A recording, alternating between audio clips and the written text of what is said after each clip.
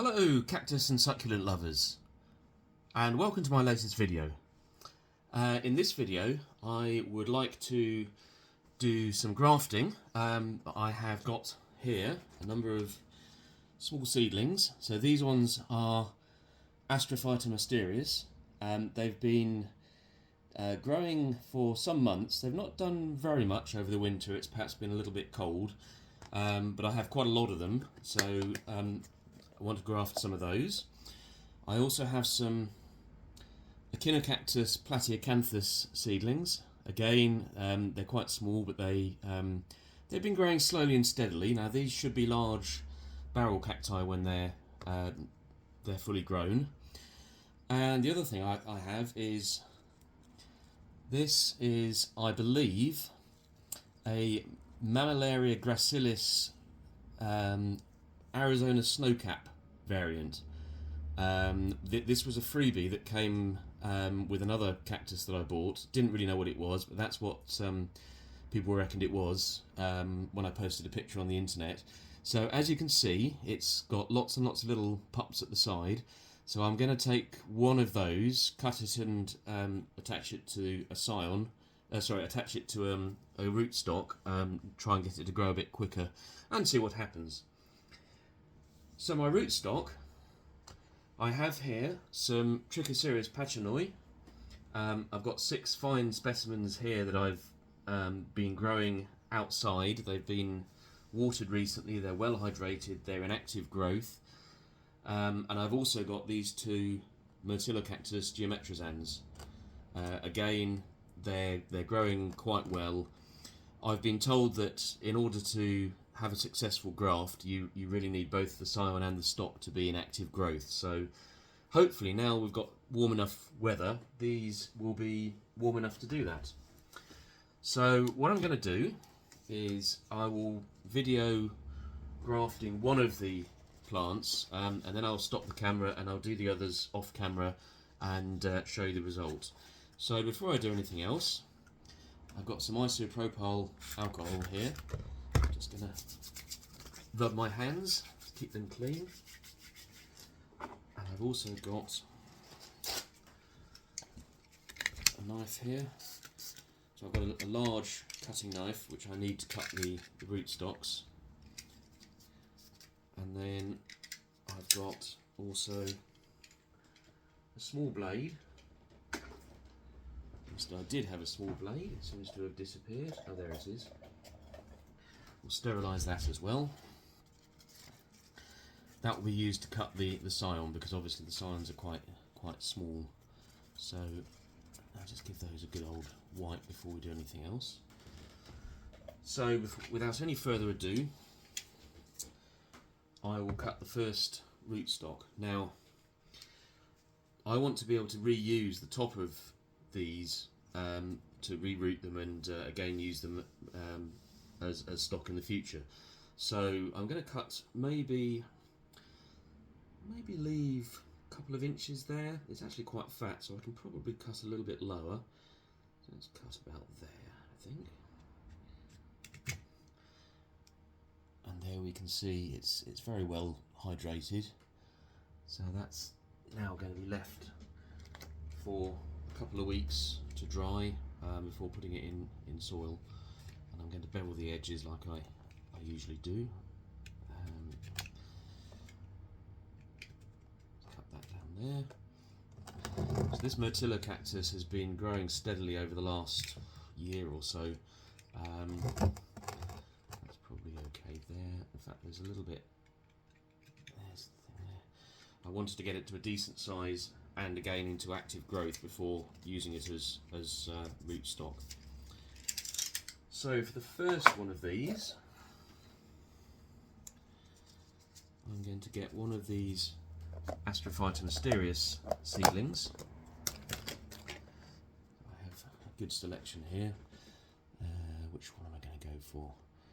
There's a nice big one there which I think I'm going to try and get that to grow on its own roots, but let's take one of these slightly smaller ones. Still look like it's growing fairly well. And put that down there. Let's get rid of the excess soil from it.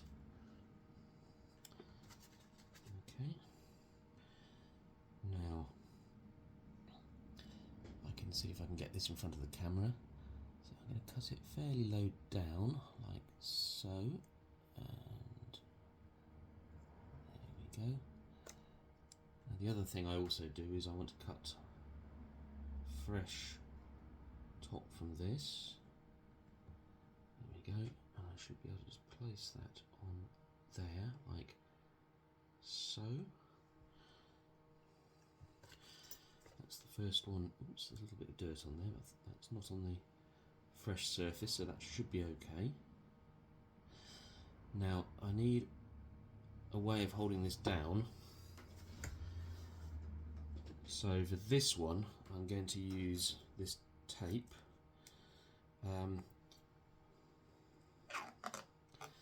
This is going to be slightly awkward because I need to go right over the entire length of the remaining stock, like so.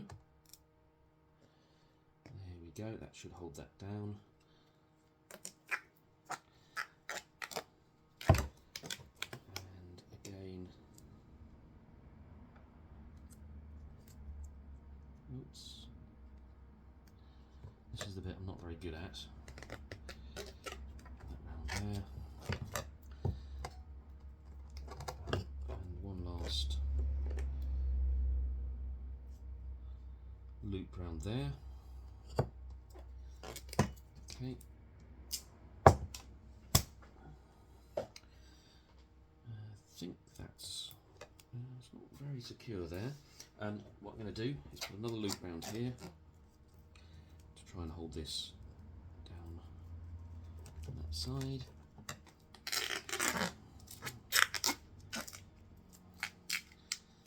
Right, so I was actually going to cut this with the scissors.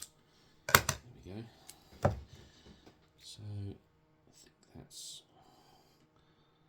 think that's reasonably secure. I don't think I've done that very well, but never mind. We will see how that goes. For the next one, I have another Myrtillocactus. So I'm going to repeat the same process, and I'm going to do the same with these Trichocereus as well. I'm not going to do it on camera, but I'll pause the camera now and I'll come back and show you the end result. So there we have it.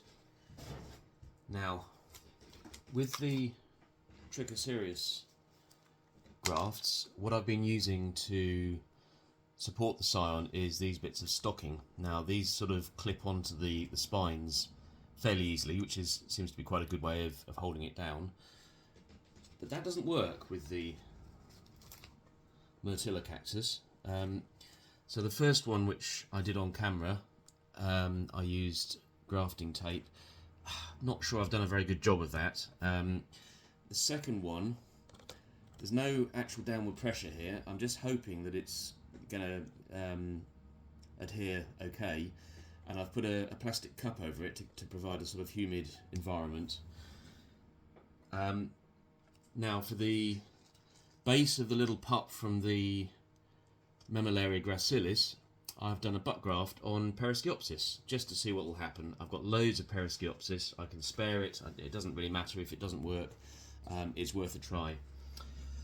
And there we have it. So I've got 1, 2, 3, 4, 5, 6, 7, 8, 9 grafts there. I may do a few more in the next few days, but in about a week I will take the stockings off and the plastic off, and we'll see whether they've stuck. They will be kept in a damp environment. I've got a plastic box here. They'll go in there with the lid on for the next week or so to give it a chance to adhere.